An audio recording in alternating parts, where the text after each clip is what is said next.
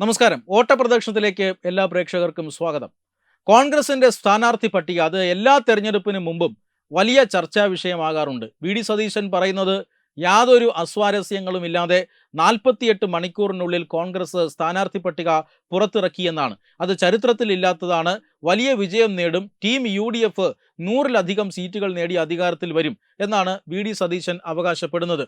എന്നാൽ സ്ഥാനാർത്ഥി നിർണയത്തിന് തൊട്ടു മുന്നോടിയായി കോൺഗ്രസിന്റെ സ്ഥാനാർത്ഥി പട്ടിക വരുന്നതിന് മുമ്പ് തെരഞ്ഞെടുപ്പ് കമ്മീഷൻ തെരഞ്ഞെടുപ്പ് തീയതി പ്രഖ്യാപിച്ച ഉടൻ തന്നെ കേരളത്തിലെ കോൺഗ്രസിൽ വലിയ പൊട്ടിത്തെറികളും വലിയ പ്രശ്നങ്ങളുമൊക്കെ ഉണ്ടായി എന്ന കാര്യം തള്ളിക്കളയാനാവില്ല. അത്തരത്തിലുള്ള പല സൂചനകളുമുണ്ട്. മുൻ KPCC പ്രസിഡന്റ് K. സുധാകരൻ തന്നെ ഒരു ഘട്ടത്തിൽ സ്വതന്ത്രനായി മത്സരിക്കുമെന്നും 28ഓളം സീറ്റുകളിൽ തൻ്റെ സ്ഥാനാർത്ഥികൾ വിമത സ്ഥാനാർത്ഥികളായി രംഗത്ത് വരുമെന്നുമൊക്കെ പറഞ്ഞ് ഭീഷണിപ്പെടുത്തിയ ഘട്ടം പോലും ഉണ്ടായി. ആ തരത്തിൽ വളരെ സങ്കീർണമായ പ്രവർത്തനങ്ങളിലൂടെയാണ് പല തരത്തിലുള്ള ഏറ്റുമുട്ടലുകൾക്കും ഒടുവിലാണ് കോൺഗ്രസ് ഇപ്പോൾ 92 മണ്ഡലങ്ങളിലേക്കുള്ള സ്ഥാനാർത്ഥികളെ പ്രഖ്യാപിച്ചിരിക്കുന്നത്.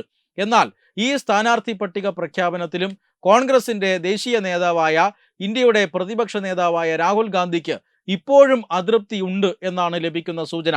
അതായത് ഈ കഴിഞ്ഞ ദിവസങ്ങളിൽ രാത്രി 10:30 കോൺഗ്രസ് വർക്കിംഗ് കമ്മിറ്റിയുടെ നിർണായകമായ യോഗം കേരളത്തിലെ സ്ഥാനാർത്ഥികളെ നിർണ്ണയിക്കുന്നതിന് ആരംഭിച്ചത്.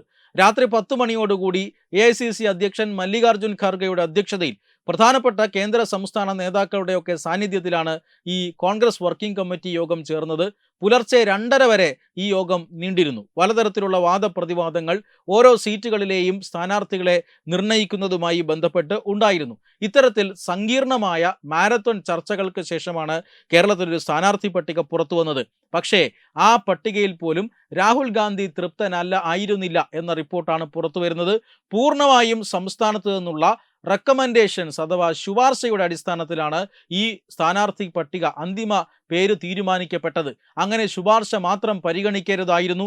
പലതരത്തിലുള്ള ജാതി സമവാക്യങ്ങൾ, അതോടൊപ്പം തന്നെ ആ സ്ഥാനാർത്ഥിയുടെ കഴിവ്, ഇതെല്ലാം തന്നെ പരിഗണിക്കണമായിരുന്നു.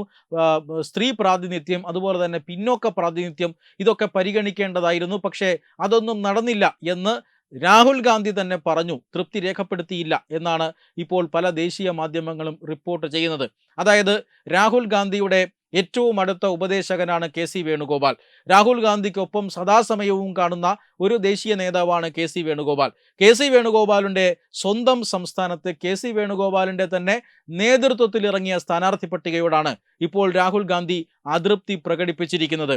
ആദ്യം പുറത്തിറങ്ങിയ 55 പേരുടെ ലിസ്റ്റിൽ ഏതാണ്ട് 17 പേരും KC വേണുഗോപാലിൻ്റെ നോമിനികളാണ്, അല്ലെങ്കിൽ KC പക്ഷത്തുള്ളവരാണ്. കോൺഗ്രസിൽ പണ്ട് AI ഗ്രൂപ്പുകളൊക്കെ ഉണ്ടായിരുന്നു.